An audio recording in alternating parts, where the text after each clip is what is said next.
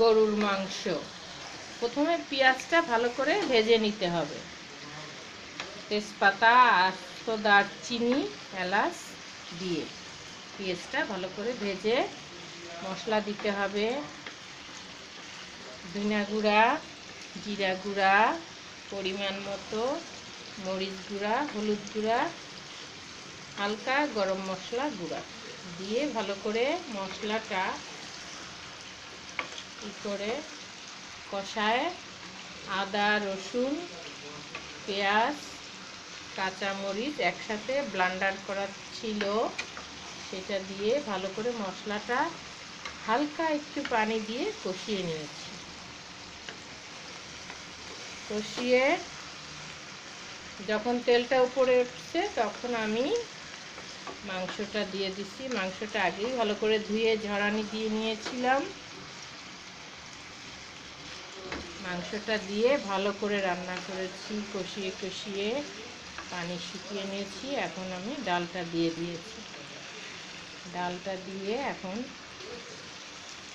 কষাচ্ছি। মাংসটা ভালো করে কষাচ্ছি। মুগ ডাল দিয়ে গরুর মাংস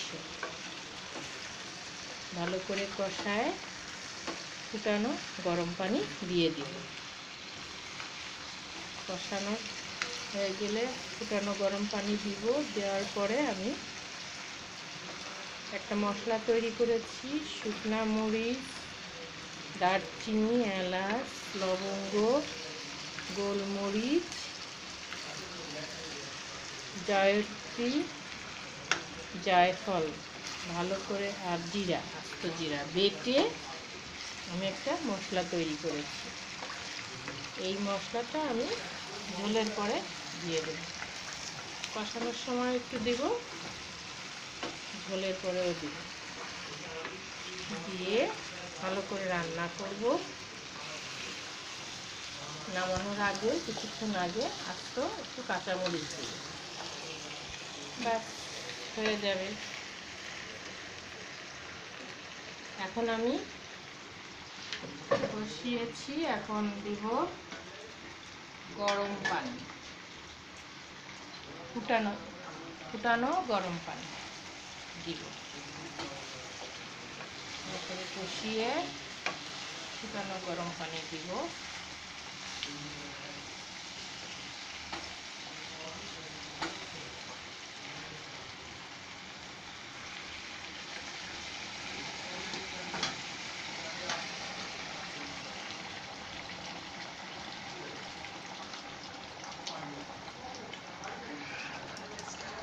ফুটানো গরম পানি দিলাম।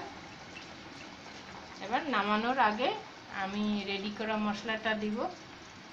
ওইটাই মূলত রান্নার মূল মশলা।